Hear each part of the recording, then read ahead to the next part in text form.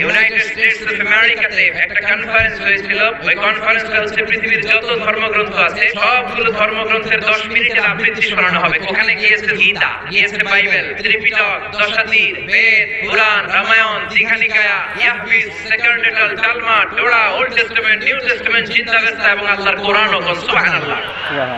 এই কনফারেন্সের উদ্দেশ্য হচ্ছে এইটা চেক করা কোন বইয়ের আবৃত্তিটা বেশি সুন্দর লাগে। সব ধর্মের শায়েখরা, গুরুরা, ধর্ম নানকরা, ফাদাররা আর কাজীরা বসেছে। বিচারকের সামনে একটা গ্রিন বাটন, একটা রেড বাটন। প্রথমে ডাকা হয়েছে শ্রীমদ্ ভগবত গীতা। 10 মিনিট পড়েছে, পড়ার পরে বিচারক রেড বাটনে প্রেস করেছে। সময় শেষ, নেমে গেছে। সব ধর্মগ্রন্থের আবৃত্তি এবং তেলাওয়াতের পরে সর্বশেষে মুসলমানদের ধর্মগ্রন্থ কোরআন আবৃত্তি করার জন্য ডাকা হয়েছে। এসেছে মিশরের কাজী আব্দুল বাসিত ইবনে আব্দুল সামাদ। উনি দাঁড়িয়ে রাখেন না, ক্লিন শেভ, পাতলা একটা চাদর আর জুব্বা পরে চলে এসেছে মাইকের সামনে। এসে আউযু বিল্লাহি মিনাশ শাইতানির রাজীম